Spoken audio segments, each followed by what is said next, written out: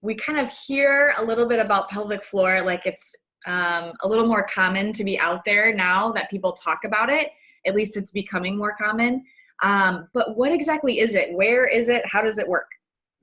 Yeah, no, that's a great question. And then, so you're right, the pelvic floor is being talked about more. So yay, we are talking about our pelvises. You know, everyone has one. So we should be talking about it. And everyone has a pelvic floor, males, females. So this isn't exclusive to females, but the conditions that we deal with here, such as bladder leakage and pelvic pain, do more commonly happen to females. But our pelvic floor is a bowl of muscles on the bottom of our pelvis. Okay, so you're basically, you and I are sitting here right now talking to each other, and we are sitting on our pelvic floor.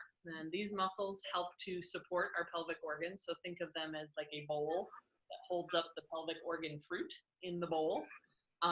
They also are what's responsible for us making sure that we don't pee and poop on ourselves. So this is what little kids learn to potty train. Okay, when babies or kiddos are learning to potty train, they are learning how to use their pelvic floor muscles to hold the pee and the poop in until they're sitting on the toilet.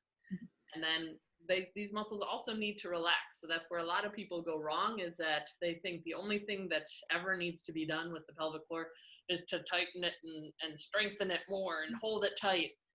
And that's just not realistic. The muscles need to be able to contract and relax and move in all different directions and so that's where a lot of women go wrong, is that they've either been told to do Kegel exercises, which is the common kind of term for a pelvic floor muscle contraction, and it is a way that we can help strengthen the pelvic floor, but they think if 10 is good, holding it all day is better.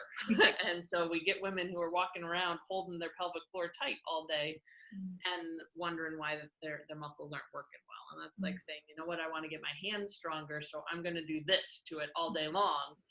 And all that's going to lead to is my hand being really sore. And, you know, all that I can really do is go punch someone.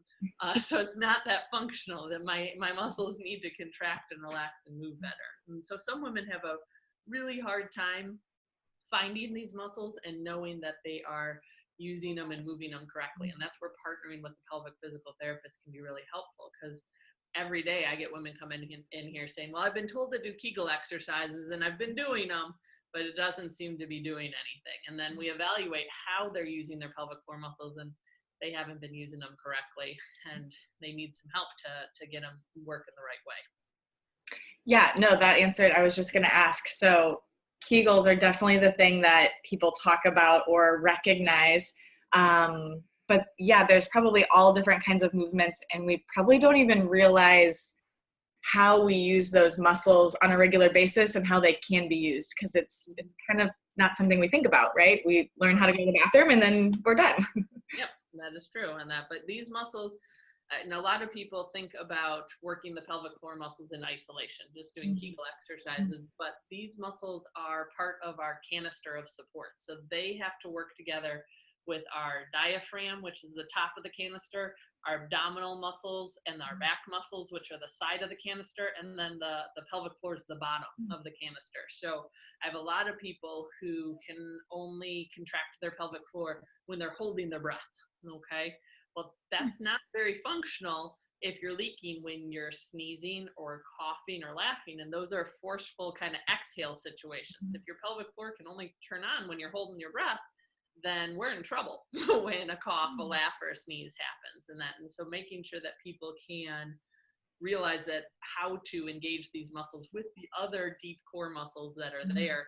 And once people can make that connection, they can see not only improvements in their pelvic pain or their bladder leakage, but I see a lot of people who then see improvement in their fitness regimen. They're like, I'm able to lift more now. I'm able to run longer or run faster now, because they've gotten their core support system all working together the way that it should be.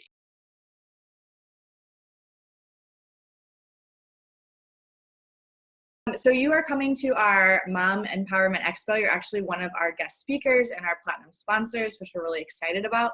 Can you tell us a little bit about what somebody might see from you at the expo? One of the most common things that we see here is moms who have recently had a baby in, say, like the last year or so, and they're dealing with either bladder leakage issues, or they're dealing with what I fondly refer to as the mummy tummy, and that they they don't feel strong in their core.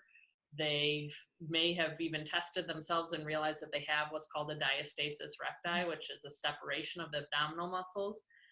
And if they have found that they have one, now they've Googled stuff and now they're scared to move because everything out there says that anything they're going to do is going to make it worse. And so we get so many women who are paralyzed out of fear of making their abdominals worse, who aren't getting back to activity after they've had a baby. So one of the key things that I want to focus on for the people who come to this mom empowerment expo is to empower them to feel like they can move, that they can exercise. And yes, it depends for each individual. And that's where partnering with a pelvic physical therapist can be really helpful for you to figure out how to move so that when you're going back to these exercises, because I think Stronger is one of your other sponsors, and that, like, love the concept, love that they're getting women out there and moving.